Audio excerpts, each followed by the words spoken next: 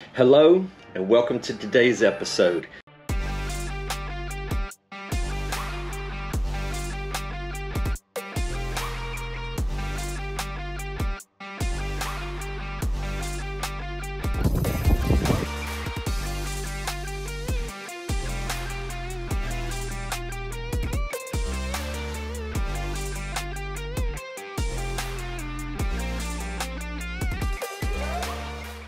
Today we're in the shop.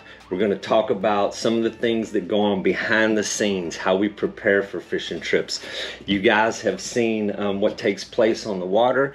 So today I'm going to take some time. I'm going to talk about braided line and re-spooling a few reels. First of all, thanks for joining in today. I always appreciate you guys. One of the big topics that comes up repeatedly is braided line. A lot of conversation, what to spool up with, how it applies to what we do, castability, casting distance, different reels, different weights of braid, and such as that. So today we're going to talk about some of those things. So the braided line and its amazing evolution over the past 10 years and how it has changed fishing, casting more than anything, fighting fish, the qualities that are inherent to its production, and why it performs the way that it does. So braided line, there's a couple different types that I'm going to talk about first. It's really the way it's made. So braid is a series of microfibers that are twisted together to make one line. And there's a couple of different ways they do that. There's 4 braid line, there's 8, there may be more than that out there on the market now. But the more fibers that are spun in, the smoother the surface gets. So if they use many tiny braids, it becomes very smooth. In the early days, we had the Power Pro. Power Pro was one of the first. And this here, for example, today is a 40-pound line. It is not as smooth, but when it comes to 40-pound braid, that is something that I use at the jetties, trolling offshore for bigger fish. Today we're going to talk about 10, 15, and 20 for inshore reels. The 40-pound braid that I have here today, the Power Pro, when you drag your finger across it, you can actually feel that it has a little texture. So when it goes through the eyes, when you cast it, or when you're fighting a fish, you're going to hear it sliding through the guides. One of the original criticisms of braid was that it would cut into the eyes, or it was somewhat abrasive. But with today's technology on the rods, whenever you have the guides that will not wear down over time, it is not so much a factor. It's actually not a factor at all. So one of the things about braid that you will learn over time is that as great as it does wear out. So today I'm spooling some reels. The reason I'm re-spooling them is that this braid is showing signs of wear. And on this reel, it's actually 10-pound braid. And as time goes on, you can see that it gets really faded. This one is really white. It's lost some of its luster. When braid is new, when it is brand new on the spool, it's very shiny, has a lot of luster to it, and you can really tell the difference. So you can kind of compare it to fabric. Fabric that sits in the sun gets really faded and kind of tattered and worn out by the UV rays. The same thing can happen to your braid. If it sits in the sun, and you know, my reels, they sit out there on the boat, they sit on the kayak, and the sun will just wear them out. And these guys are out there every day, so they get a lot of exposure to the sun. So you can actually see the difference on this one in the color of the braid and how faded it is. And this one is really due for a re-spool. So today we're going to do that. But I want to talk about the quality of braid and what is different about that opposed to mono. Monofilament was on the scenes. It was the main go-to fishing line since the beginning of fishing. Mono has qualities that are great for casting, but it also has other things that will cause you problems. It has memory, it will get kinked, and other things. So if you have a if you spool up with mono and your reel sits on the rack for a couple weeks before you go fishing, when you're out there, the first bunch of casts, when you cast, you're going to continue to see the loops in the line. It has memory. It will remember how it was sitting on the spool, so it will come off in the loops, and those will be there. In very cold weather, it has a lot of memory. It doesn't. And mono will also get kinked. If you get a knot in your line and then you untangle that knot, that kink will remain in that line. Braid does not do that. It does not have memory. If it gets a knot and you untangle it, it will go back to its original shape and it will continue to perform. Braid also has zero stretch. It is very, very sensitive. Everything that touches your lure, as you're working that lure out there and you're fishing, anything that touches that lure, you're going to feel it right into the rod tip.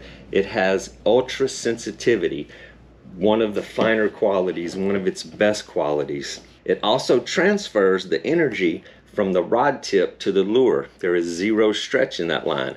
So whenever you cast your lure and you're reeling it in, every little twitch of the rod tip is going to transfer 100% of that energy into the lure. So it requires less effort on your body to make that lure dance, make it look like a natural offering out there. So those are a lot of the qualities that make this preferable for what we do out there. And if you're fishing with bait, if you're fishing with some type of live offering, whenever these things are dropped down, if it's bumping the bottom, if it's hanging, every fish that touches it, you're going to immediately feel that. And when you set the hook, it's going to be a direct connection to the fish. So all that being said, there's different ways to adjust your reel for that. With mono has a lot of stretch. It's like a giant spring out there. So when you set the hook, it is going to stretch for quite a distance before it puts full pressure on the fish. Fishing with braid is not going to do that. So you want to have your drag set a little bit lighter, which means when that fish hits, you want some line to come off the spool. You don't want to impact the fish. You can't horse them as much. You have to adjust your drag differently whenever you're fighting fish with braid. You cannot go full force. You cannot set the hook and, you know, jam them as hard as you would with mono, because it has such a direct connection. It is going to go straight to the hook and it is going to put full pressure on that fish immediately. And as you can see, this one here was very faded out. Another thing that happens whenever the braid gets really faded in the sun and it gets worn out, whenever you tie your line, whenever you tie your fluorocarbon to the braided line, and I'm going to talk about that in a minute when we rig up at the end, this tiny little bit of line that gets wrapped, 100% of that pressure is on that loop. It's concentrated on the very end of the line where the knot is.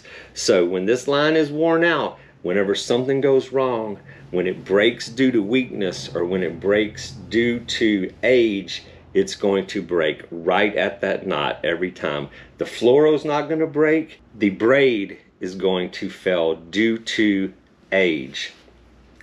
So let's get right into it. Some people have a completely elaborate setup for stripping line off of reels.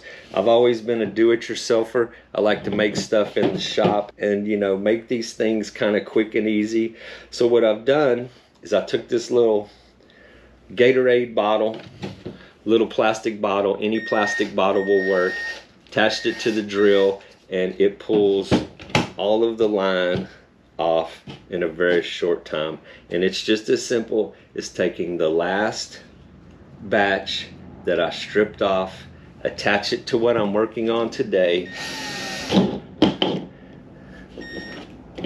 and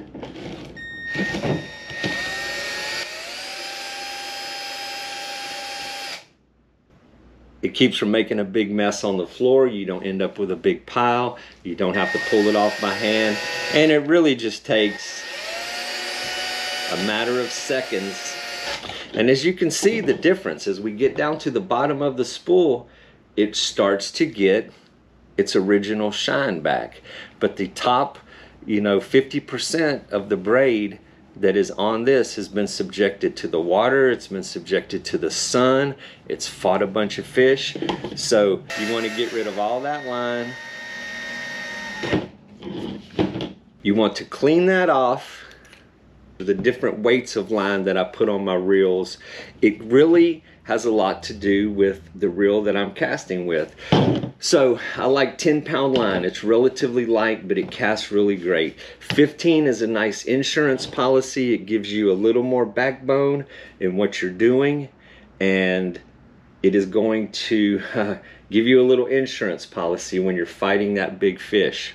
20-pound is a little bit overkill in my opinion, but I do know a lot of people that fish with 20-pound on inshore fishing. And it is very, very strong, but it will limit your casting distance a certain amount when you spool up. So the difference in the reels, the difference here that we're going to talk about today is the mechanics of these reels and why different pound of braid works. What you have with a spinning reel is there's less moving parts.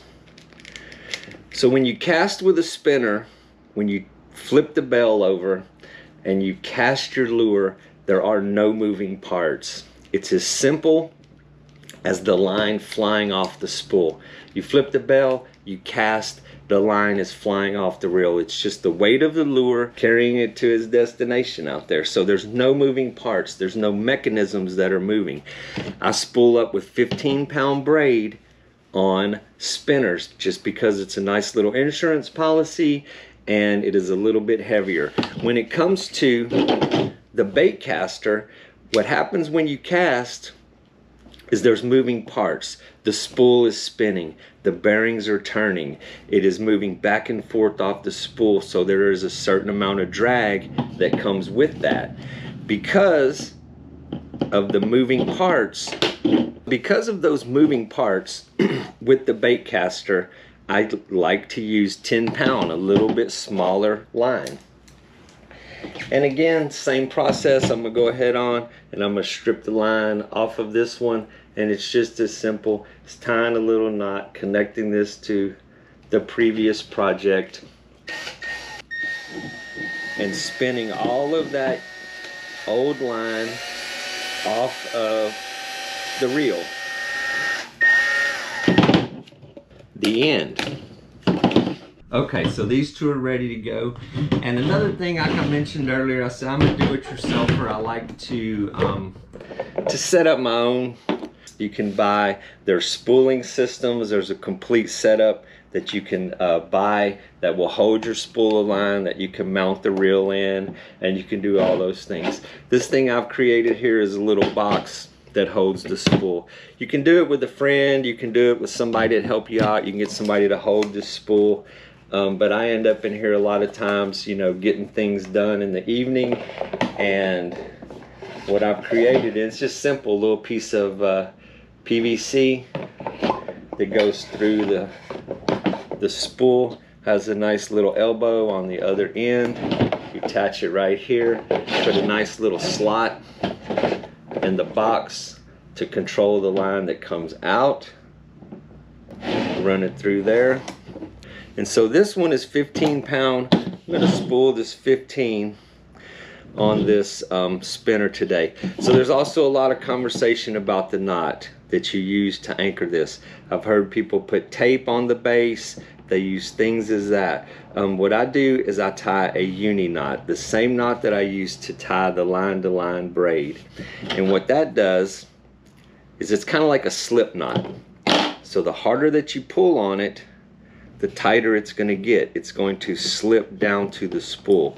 And the way I anchor it is I pull it on there, put the thumb up against the knot, give it a good tug, and that is anchored on there nice and tight. You flip the bell, and in the first couple wraps, you want to make sure they go on nice and smooth.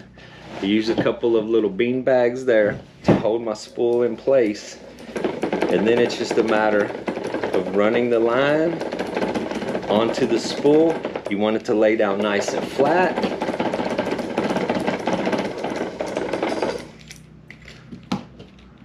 And there you have it, guys. one spinning reel full of 15-pound braid, and it is ready to go for tomorrow. Nice and shiny, brand new, and we're gonna rig that up on a rod in just a minute. So then, we're gonna switch over to some 10-pound braid that I'm going to spool on a bait caster. And then after we get that rigged up, I'm gonna give a little brief discussion on tying fluoro to your braid, how the braid works with the leader. And so again, discussion on the knot. You know, there's a few opinions out there, a lot of varieties on knots. I go with the uni knot because it is a bit of a slip knot. The harder you pull on it, the tighter it gets. And so the uni knot is pretty simple. I mean, I like simple knots. I don't want anything to be complicated. I want it to be something I can tie quick and easy when I'm out on the water. And there's you can do it with cold, wet hands. It's real easy. So it's just a matter of laying the line up against each other, making a loop with the tag in, and then you go through the hole that you created around both the lead line and the tag in, and you go through the hole, through the hole, through the hole. I usually do 4 loops, pull that tight,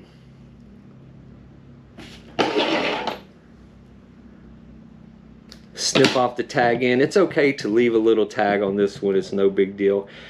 And then what you're gonna do is you're gonna cinch this down to the spool. So one of the things about adding an anchor or something to the spool, this thing is very precise, it's very balanced. When you cast, it is spinning at a high rate of speed. If you add tape, if you add something to the spool, you're going to greatly affect the balance. If the balance is off, when you cast, you can actually hear it and feel it. It's going to be off balance a little bit, and you're going to feel that weight spinning around. So I like to go straight to the spool, anchor it nice and tight, give it a little resistance on the first couple wraps, and get it going nice and smooth on the reel. And then it's just a matter of winding the line on. In this little do-it-yourself box, little plastic container, piece of PVC, throw a towel in there to give the spool some resistance. You know, I got a total of probably $1 invested in my setup. You can buy anything you want. There's a lot of products, there's a lot of stuff out there on the market, but for very little investment, you can end up with the exact same results. And I like to fill them up, you know, to the top as much as possible, so as when you're out there fishing, there's going to be attrition, there's going to be cutoffs, there's going to be little break-offs. You want to be able to pull off 10 feet or 20 feet and still have a good amount of line on that spool. And there you go, guys. It's just that easy. Bait caster rigged, ready to go for tomorrow. Spinner rigged up, ready to go. And a lot of times I will do this on the rod for demonstration purposes. Today I pulled them off, so I'm gonna get this guy ready to hit the flats tomorrow. And I'm gonna spool up, or I'm going to tie on the fluorocarbon leader. And then I'm going to talk to you guys a few minutes about the fluorocarbon, the knot I used to attach the fluorocarbon to the braided line, and then the fluoro to the lure. You always want to make sure you go nice and straight through the eyes. It's always a heartbreaker if you get going too fast and you end up out there tomorrow morning with an eye mist, and you end up undoing what you had just done. Okay, that brings us to the conversation of the line to leader. I talk about new line being a nice insurance policy. You want to have good, fresh line. When you do get that fish of a lifetime hooked up, you want to have everything 100% guaranteed that it's going to work for you. When you're out there battling a fish, you do not want to concern yourself with, should I have changed that line? Should I have changed my leader? 20-pound fluorocarbon is an amazing insurance policy against the fish that we battle out there on the flats. Every fish in saltwater has teeth. Redfish, they're not as obvious, but if you stick your hand in their mouth, you can feel their teeth. So if the lure goes deep when you're fighting that fish, this line is going to be rubbing back and forth across that. Speckled trout have very sharp teeth. A big trout will cut your line very easily if it goes deep into their mouth. So the fluorocarbon has a couple attributes you don't want to fish without it. First of all, it's nice and stiff. Whenever your lure is attached to it, it stays nice and straight in the water. As your lure is bouncing around, it has a tendency to not jump on the line, to not hook itself on the line. As it's jumping and bouncing, if you have a line that's really limp and gets caught up, your lure will jump on it. That's just aggravating. You're just going to bring it in, untangle it, and that can happen repeatedly. I like to go with 18 inches of fluorocarbon connected to the braid. And so the line that I talked the knot that I talked about just a minute ago, the line to line knot, also is a uni knot. Very simple. You lay the lines against each other, make a loop with the line in your hand, nice little loop, and you take the tag in and you go through the hole you created and around both lines. And I usually wrap 3 times for the fluoro, just because it is thick and it is stiff, and it will cinch down nice and tight with 3 wraps. You do just the opposite with the other side. You take the braid, create a loop through the hole, and I usually do 4 loops with the braid because it is much smaller. It cinches down into a nice little knot, and then what happens is they pull together and they anchor nice and tight. So the other cool thing about the uni knot is you can cut that tag in flush with the knot, right up against the knot. The areas that we fish down here in South Texas on the crystal clear water, the reason the water's clear is because it's full of grass. Well, we get a lot of floating grass, and even that tag in will catch grass. You will end up dragging lines. So if you have a knot that the tag end is poking out or it's sticking off this line, it is going to snag some grass.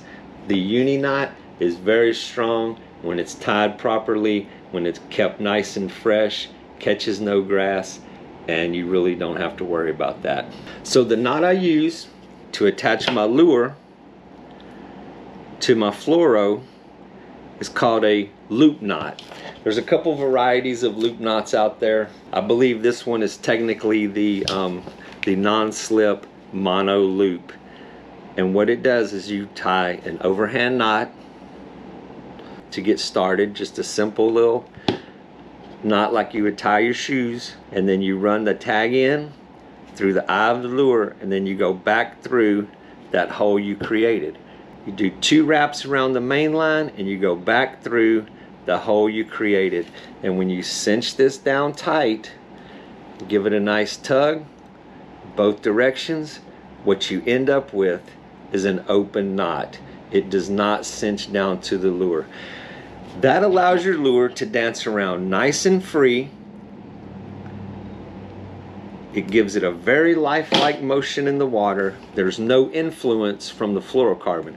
And like I said a few minutes ago, the fluoro is very stiff. You do not want it to steer your lure. You do not want it to affect the action of your lure. You want it to be nice and free to dance around.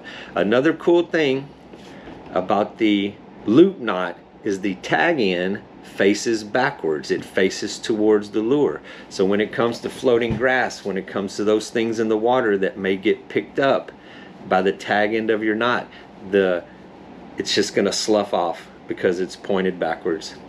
So just that simple, guys. Spool up with some new braid, line to line uni knot, non-slip loop on this end, and you're all rigged up, ready for tomorrow. Sweet rig, fresh line, 100% ready to go. Now with the spinning rod, very much the same process.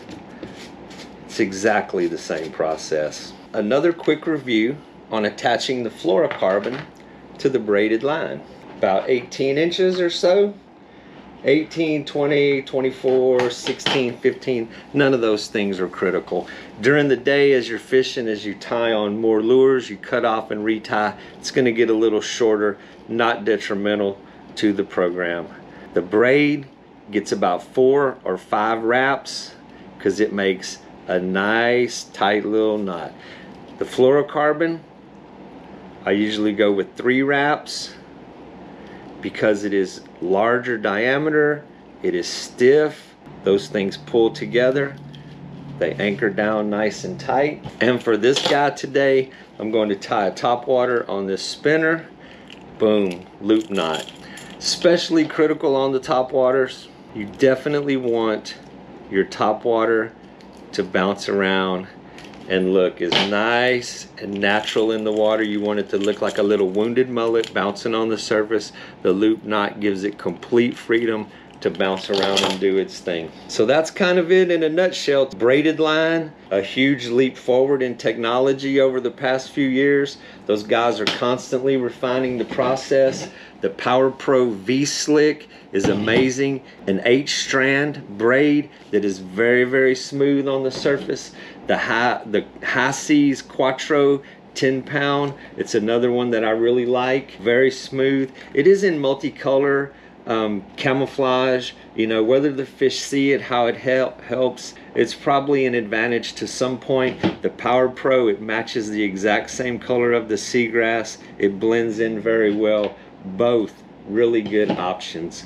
The original Power Pro, it's another great item, but it does have a little more texture to it. I use it in the 40-pound for jetty fishing, for trolling for kingfish, near shore, and stuff like that. So there's a lot of variety out there, and I'm sure there's plenty more opinions on braided line. And as always, you know, if you have a thought, if you'd like to share comments on your opinions on the braid, to comment, and you know, we'll follow up on that. Thanks again, guys. Appreciate y'all stopping in. If you enjoyed the show, drop a like on us, subscribe to the channel. I have many more projects that we're going to follow up on with rod and reel repair, maintenance, and all of the things that take place here in the shop behind the scenes that make us successful on the water. So thanks again. Always appreciate y'all stopping in and being a part of the show. Any questions you have, drop us a comment. If you enjoyed it, drop us a like. And thank you very much for being here today. I'm going to wrap up a few more things, and we'll see you guys on the water on the next show.